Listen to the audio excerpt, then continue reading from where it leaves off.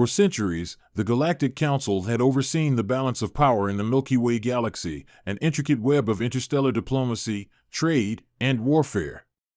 Comprising representatives from countless species, each with their own history, culture, and interests, the Council had maintained a precarious peace, one built on compromises, agreements, and occasionally, the occasional war. The human race, newly emergent on the galactic stage, had never quite fit in. With their raw, unpredictable approach to everything from politics to war, they were the oddity in the system, a disruptor, a wildcard. For the most part, the Council had tried to ignore them, dismissing humanity as a nascent power that could easily be contained should they grow unruly. But that was before the Great Conflict. Chapter 2: The Catalyst. The Tsar Empire had been the first to truly challenge humanity's place in the galaxy. Ruthless and calculating, the Tsar had been conquering and enslaving worlds for millennia. When they first encountered humanity, they had seen nothing more than a primitive species, barely capable of interstellar travel, easily crushed underfoot. At least, that's what they thought. But humans had a quality that no other species seemed to understand: they fought back. It wasn't just their physical prowess or their advanced weaponry, though that certainly played a part. It was their determination, their unyielding spirit. The Zara had underestimated humanity's resilience, and they had paid for it. The war between the Zara and humanity was brutal, a galactic bloodbath that stretched for years. The Zara threw everything they had at Earth and its allies, but humanity refused to back down. It was a war that seemed like it could never end. But then, something unexpected happened. The humans discovered an ancient weapon, hidden deep within their own solar system, something that had been dormant for centuries. With it, they turned the tide. The Tsar Empire was shattered in a matter of months. Chapter 3: The Consequences of Victory. The Council had watched the conflict unfold from the sidelines, trying to broker peace, attempting to sway both sides into submission. But it was clear now that the Tsar had fallen, and humanity had emerged victorious and terrifyingly powerful. The galaxy, once a place of delicate diplomacy, was suddenly uncertain, its future hanging by a thread. In the aftermath of the Tsar's defeat, the Council scrambled to find a way to rein in humanity's newfound strength. They had not forgotten the sheer devastation humanity had wrought, nor the ruthlessness with which they had obliterated their enemies.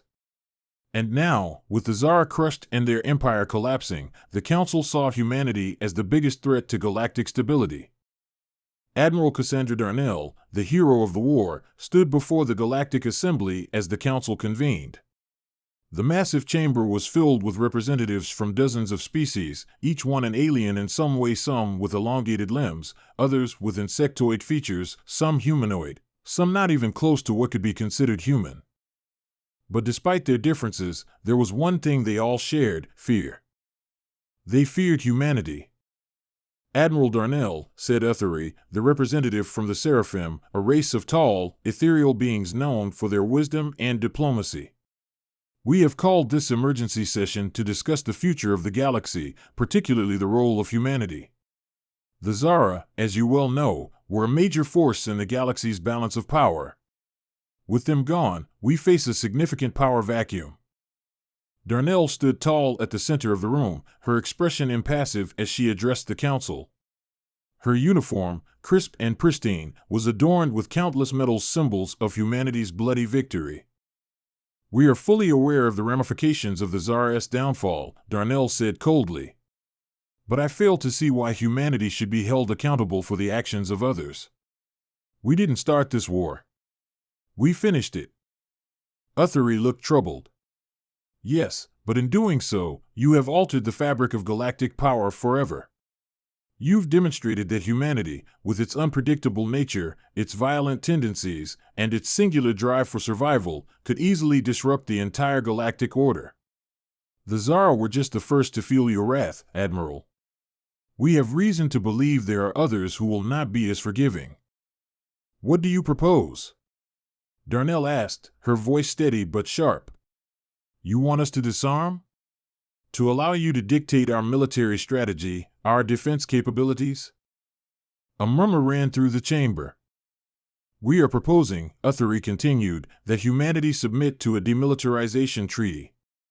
You must agree to a limit on your fleet size, your weapons, and most importantly, the autonomy of your military forces. The balance of the galaxy must be restored, and that means ensuring that no single power, not even humanity, can rise to dominate us all. Darnell's lips tightened, and for a moment, the room seemed to hold its breath. I think you misunderstand the nature of this conversation, Darnell said, her voice cold as ice. Humanity does not answer to the Galactic Council. We fought this war because we were forced to. We will not be bound by your treaties or your so-called balance. The galaxy will be a place where strength is respected, and we will ensure that humanity's place in the future is one of our own choosing. Chapter 4: The Desperate Plea. It was clear from the looks on their faces that the Council was not prepared for this kind of response. They had expected a negotiation, a token resistance. What they got was a declaration. Admiral, said Racker, the representative from the Nari, a brutish, warlike species that had long coveted the Tsar's territory. We have no choice but to treat humanity as a threat now. Your refusal to comply with our demands is an act of aggression, and we will not stand idly by while you prepare for another war. Darnell's eyes flashed with defiance. You want to label humanity as a threat, then fine. But I'll tell you this, if we're a threat, then you should be afraid. Very afraid. Because when humanity fights, we don't fight with treaties and negotiations. We fight to win. A collective gasp rippled through the room. The representatives knew that Darnell's words weren't mere bravado.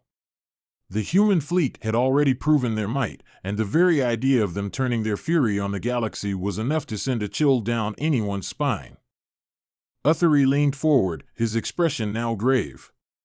You do not understand what you are doing. The Zara were one thing.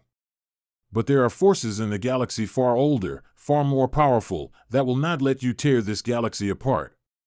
The Nari, the Seraphim, the Shrath, we will unite against you, and we will bring you to heel. Darnell's eyes narrowed, her tone low and dangerous. You think you can stop us? You think you can contain us? We've already survived one war. We've already defied every expectation, every limit you've put on us. And you want us to kneel? She took a slow, deliberate step forward, her presence commanding the room. The galaxy will change, whether you like it or not. You can either stand with us or against us. But if you choose the latter, her voice hardened like steel, we will make you regret it. Chapter 5: The Fury Unleashed. Back aboard the Hercules, the flagship of the human fleet, Admiral Darnell convened a secret meeting with her most trusted officers. The Council thinks they can control us, Darnell said, her voice grim. They think they can dictate our future, our place in this galaxy. But they've made one grave mistake. What's that, Admiral?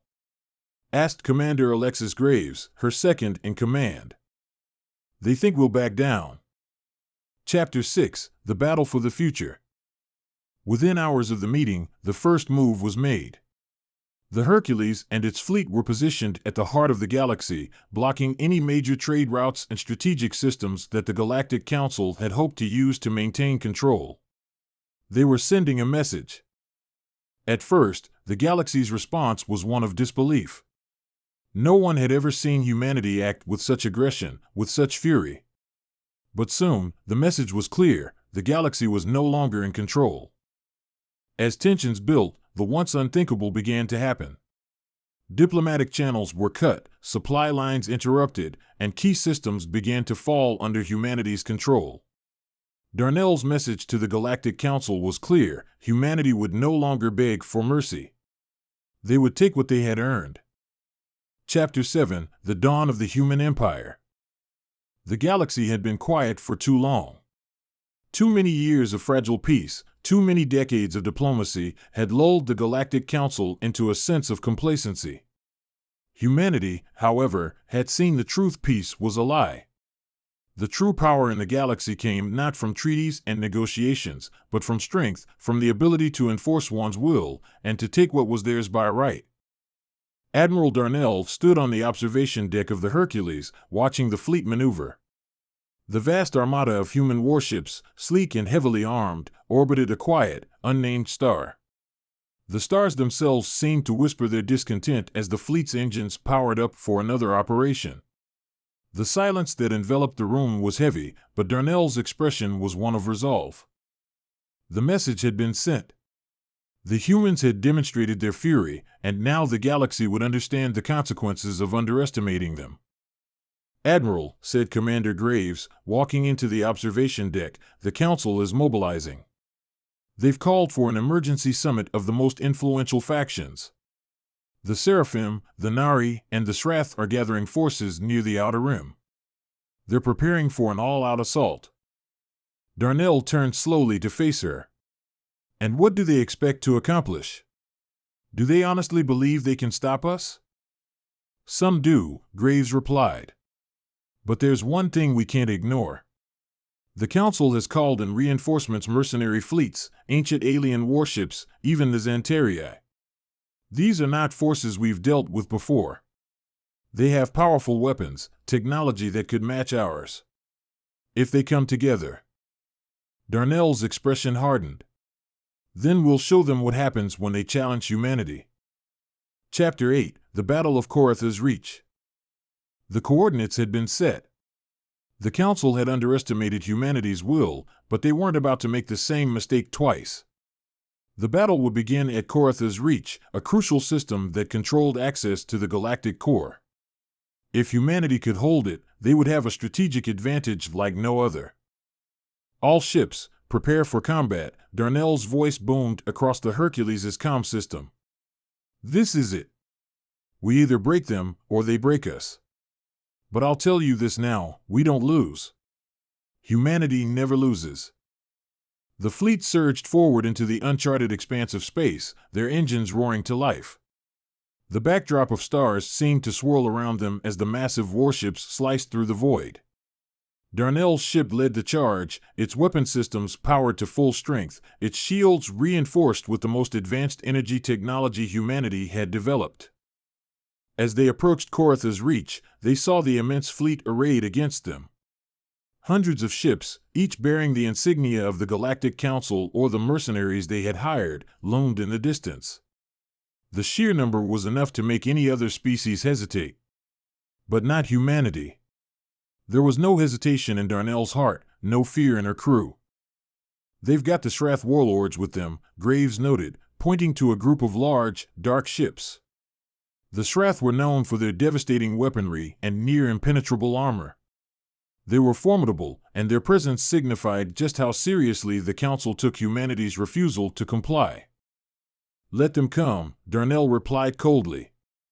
"We'll show them that we're not afraid to face them head-on." Chapter 9: Humanity's Fury. The battle erupted almost instantly. Weapons fire lit up the darkness of space like 1,000 stars exploding. Massive energy beams lashed out, striking the human fleet with shocking force.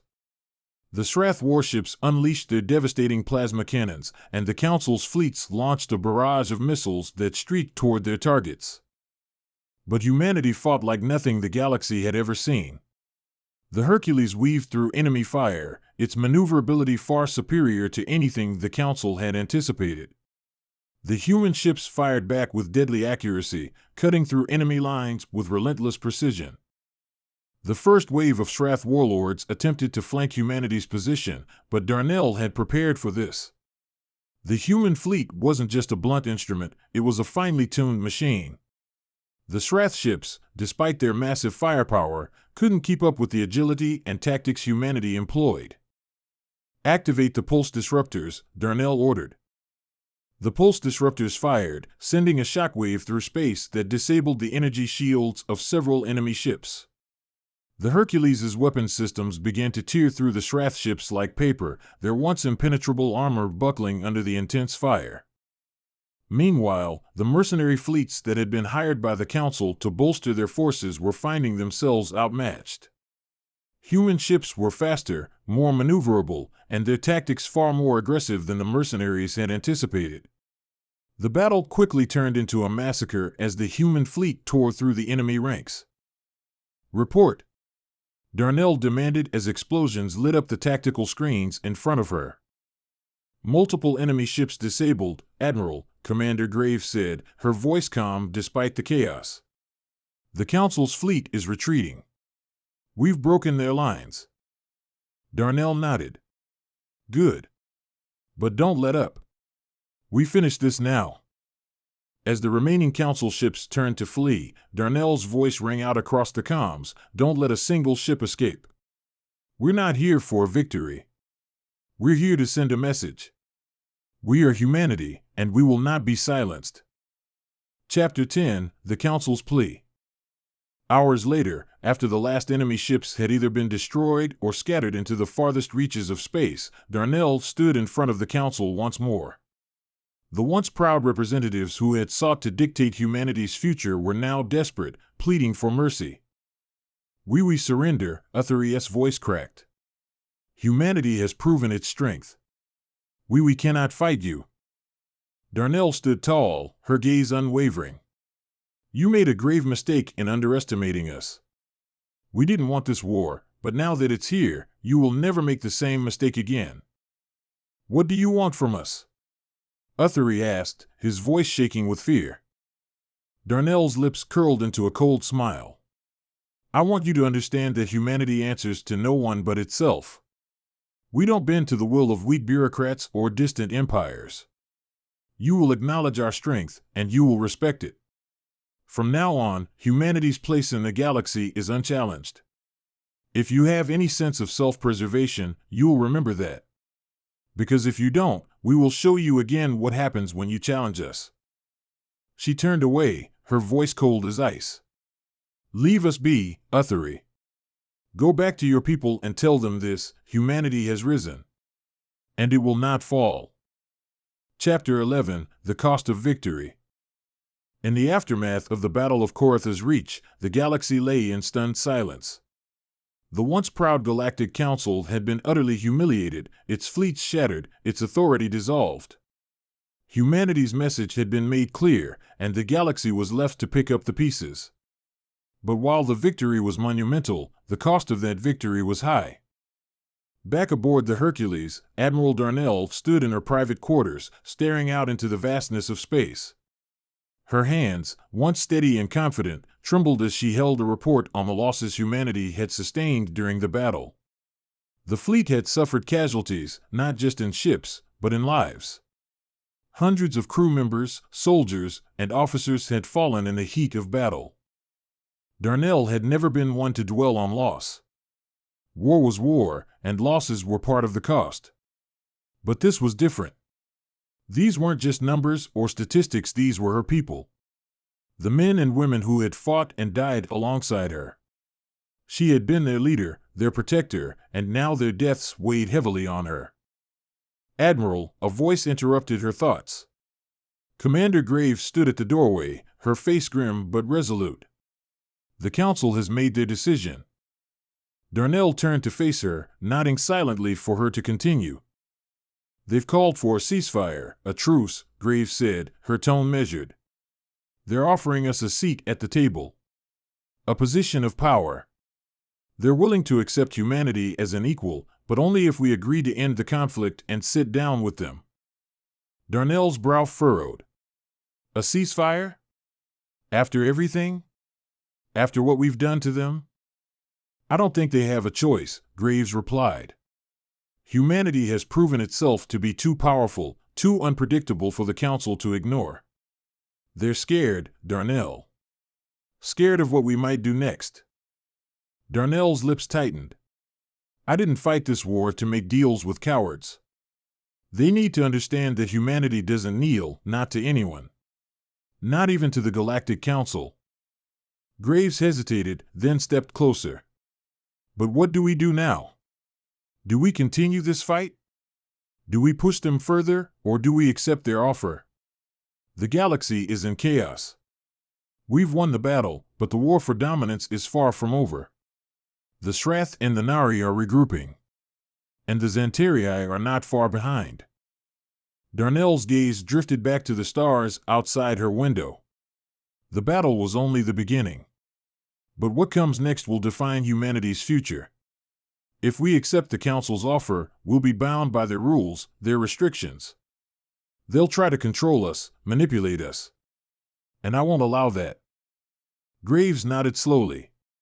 So we fight? Yes, Darnell said firmly.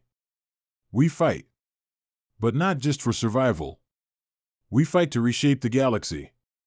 To make it clear that humanity is no longer a mere player in this game. We are the game changers. Chapter 12, The Fires of Rebellion.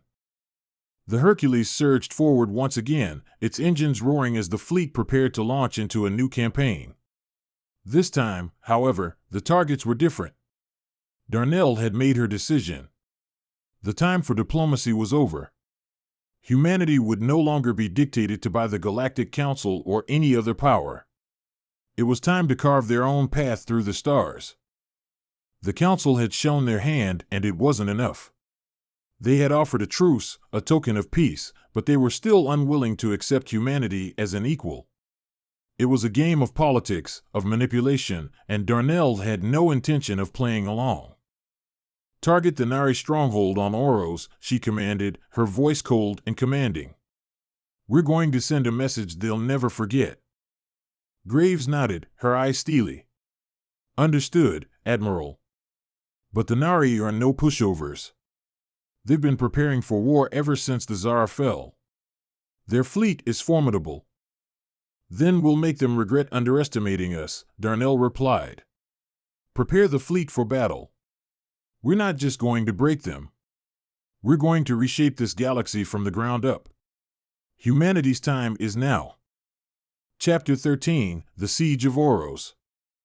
The Nari stronghold on Oros was a vast, sprawling city built into the side of a massive mountain range.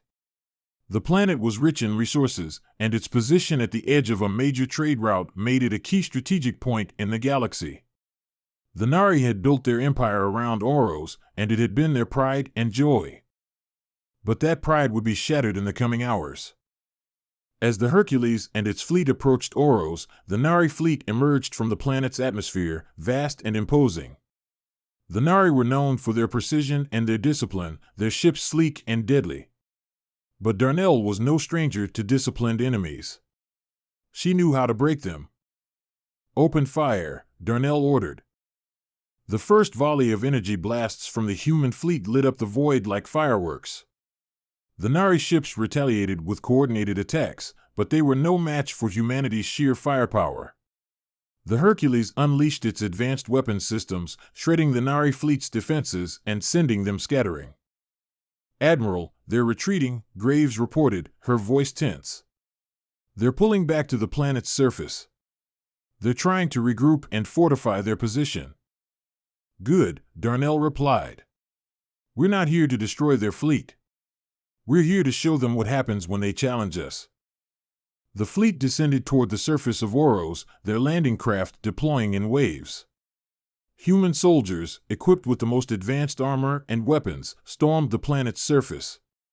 The Nari had built their defenses well, but humanity's resolve was unbreakable. The two forces clashed in a brutal ground war, the Nari's disciplined tactics meeting humanity's ferocity head-on.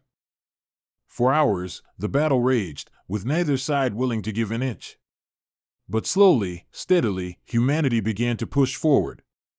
Their soldiers fought with a relentless fury, their weapons cutting through the Nari ranks like a hot knife through butter. Every inch of ground gained was a victory, every Nari soldier that fell a message to the galaxy.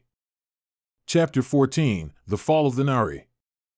The final assault came at dawn. After days of brutal fighting, the human forces had broken through the Nari's last line of defense. The Nari leader, a general known as Keldar, stood at the heart of his stronghold, surrounded by his finest warriors. You should have known, Darnell's voice crackled through the comms as she and her forces entered the Nari stronghold. You never stood a chance against humanity. Keldar looked at her, his eyes burning with fury. You think you've won? You think this will end with your victory? The galaxy will never accept you. You are a blight, an aberration, and we will never bow to your kind." Darnell stepped forward, her face hard as stone. "The galaxy doesn't get a choice anymore. You're not in control. Humanity is." With a final, devastating assault, the Nari stronghold fell. Keldar and his forces were crushed, and the once proud Nari Empire was left in ruins. Chapter 15: Humanity's Ascension. The battle for Oros was a turning point. The Nari were broken, their empire shattered. The galaxy would never be the same. But the war was far from over. Humanity had won a decisive victory, but the galaxy still simmered with tension. The Council, the Shrath, the Xanteri, all of them were watching. Humanity had proven itself. Now, it was time to reshape the future. The Hercules stood alone in the heart of the galaxy, its crew looking out at the stars, ready to continue their fight. The message was clear: humanity would not be subjugated.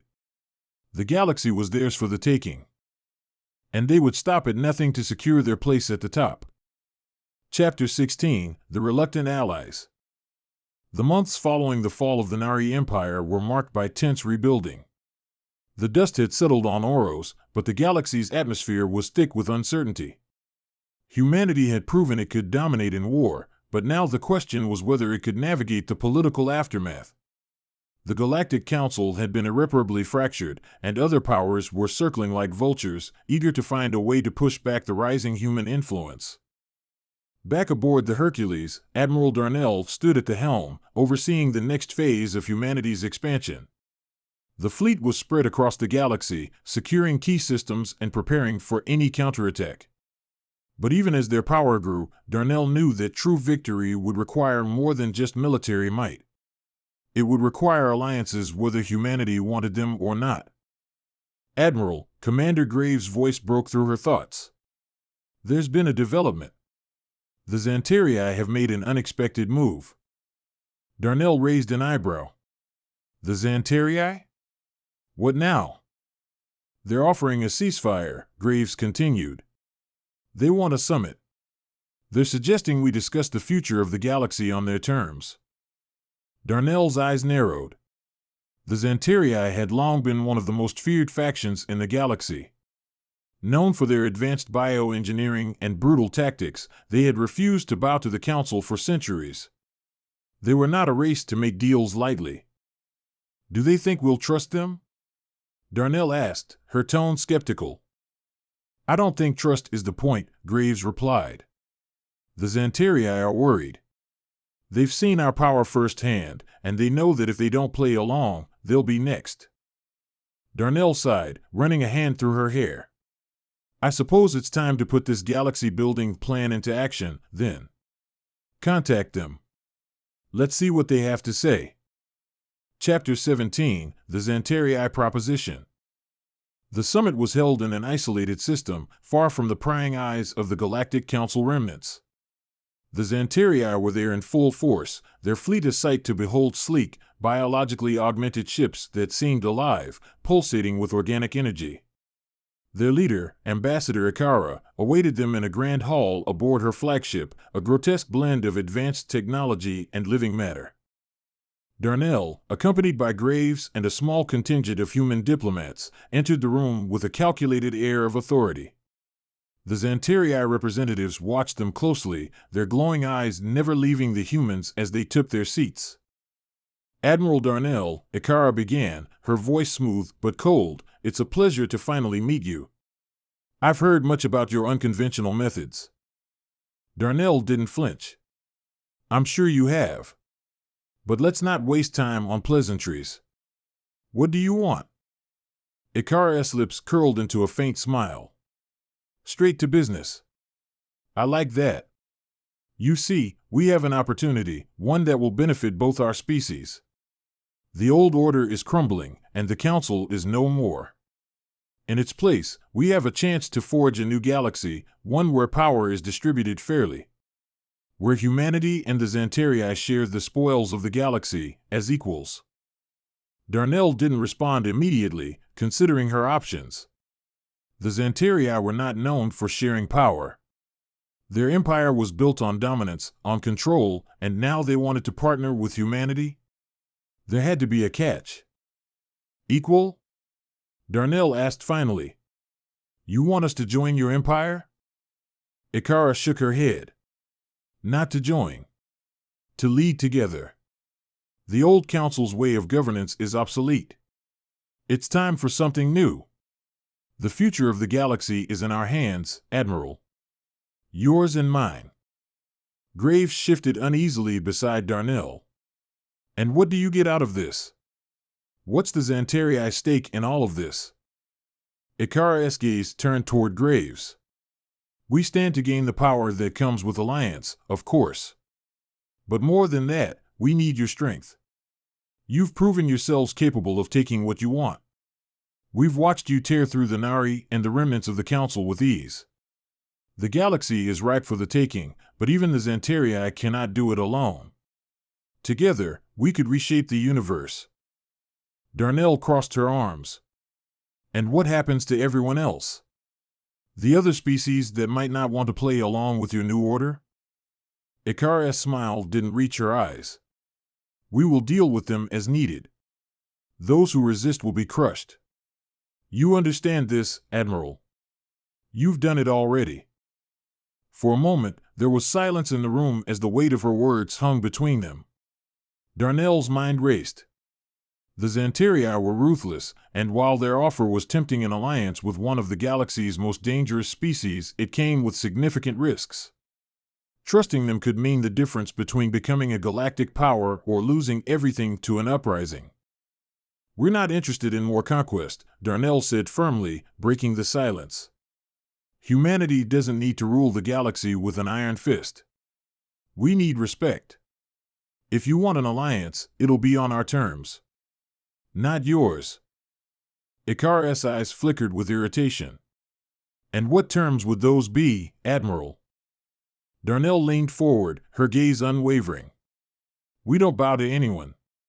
We'll join forces, but we will not be subjugated. We will not engage in the kind of terror tactics the Xanteri have used for centuries. We do things our way, or we don't do them at all. Graves shot a quick glance at Darnell, but she remained silent. Cora, for all her stoic demeanor, seemed taken aback. It was clear that no one had ever spoken to the Xanteri with such defiance before. Very well, Cora said after a long pause, her voice quiet but dangerous. You've made your position clear. But know this, Admiral, power can shift at a moment's notice. If you cross us, if you betray our alliance, you will regret it. We are not so easily manipulated. Darnell stood up, her voice steady and cold. The day we betray our own people is the day we cease to exist. Let that be your warning. Now, let's sign this treaty, or walk away. Your choice. Chapter 18, The Treaty of the Two Empires. The Xanteri, after a long silence, finally agreed to the terms. They would form a tentative alliance with humanity, one based on mutual respect and the shared goal of a new order. There were no illusions of peace, but Darnell knew that, for now, this would have to suffice. As the treaty was signed, Darnell felt the weight of the moment. The galaxy had changed irrevocably. The Council was no more, the old powers were either crushed or in retreat, and humanity now stood at the precipice of something entirely new. But would this fragile alliance hold? Would humanity be able to maintain its newfound power? And how long before another species would rise to challenge their authority? One thing was certain, the road ahead would be long and fraught with danger. And humanity would face it head-on, just as it always had. Chapter 19, The Dawn of a New Era. The stars of the galaxy twinkled with the promise of a new era, one where humanity no longer cowered under the yoke of the Galactic Council. The Treaty of the Two Empires had been signed, and despite its uneasy terms, it marked a pivotal moment in history. Humanity was no longer a mere participant in the great cosmic game, they had become the game changers. Admiral Darnell stood on the observation deck of the Hercules, watching the endless sea of stars. Her mind, once occupied by the brutal calculations of war, now found itself lost in the infinite potential of what had been achieved. The Nari had been defeated. The Council had fallen. The Xanteri, once the fiercest of rivals, were now uneasy allies. "Admiral," came the voice of Commander Graves, breaking the silence. "The First Fleet has made it to the Xanteri capital. The troops are in position for their next mission." Darnell turned, her gaze still distant. "Good. Keep the fleet ready. I want no surprises." Graves hesitated before speaking again. "Do you think it will hold?" "The treaty, I mean." "The Xanteri are." "Well, they're Xanteri. Their loyalty is always in question." Darnell nodded slowly. "I don't trust them, Graves. But trust wasn't what got us here. Power did. And as long as we hold it, they'll have no choice but to play along." A silence passed between them, each lost in their own thoughts. The Hercules was at the heart of a galaxy that no longer operated under the old rules, and the future was wide open. But it wasn't without its dangers. Humanity had fought and bled for its place in the stars, and there would be those who would challenge their rise. There would be others who would plot and scheme, trying to tear them down, to wrest control back from the hands of the humans. But the one thing humanity had proven, time and time again, was its unwillingness to ever back down. Graves spoke again, quieter this time. "What do we do now, Admiral?" Darnell took a deep breath, her mind racing with the possibilities. "Now? Now we rebuild. We secure the peace. And we show the galaxy that humanity doesn't just take what it wants, it earns it." Chapter 20, The Legacy of Humanity. In the months that followed, the new galactic order began to take shape. Humanity's influence spread across the stars, not through brute force alone, but by the unyielding strength of their convictions.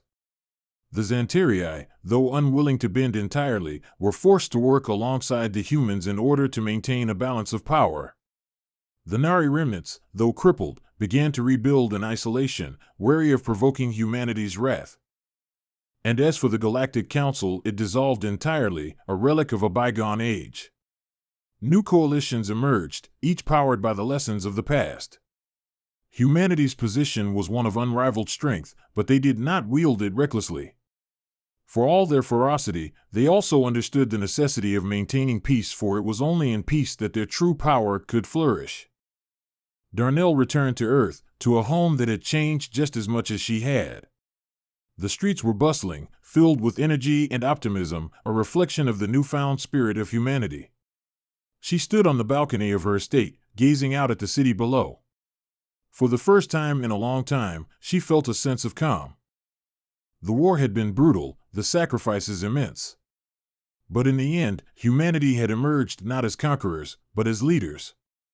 Leaders not because of their might, but because they had earned the respect of the galaxy. They had proved they would fight, yes, but they also proved they could lead with honor. Her communicator buzzed, and she answered it. It was Graves, back on the Hercules. "Admiral, we've just received reports from the Xanteri. There are stirrings in their ranks. Some of the older factions are questioning their allegiance to us." Darnell smiled slightly, her eyes hardening. "Let them. We've earned this. Let them test us, if they dare. Humanity's reign will not be decided by the past or by old alliances. It will be decided by us." Graves paused. "So we remain vigilant?" "Always," Darnell said, the fire returning to her voice. "But don't mistake vigilance for fear. The galaxy will know that humanity is not a species to be trifled with. The old powers are gone. The new order has arrived." Epilogue, a new chapter. The galaxy, once fractured and divided, now felt the pulse of humanity. And while the road ahead was uncertain, one thing was certain: humanity had earned its place in the stars. Not by might alone, but by their unrelenting will to survive, to push forward, and to never back down from a fight. The Xanteri, the Srath, and even the remnants of the Galactic Council could only watch as humanity stood firm, unyielding in their pursuit of peace and dominance. And as Darnell looked out over the stars, she knew that this was only the beginning.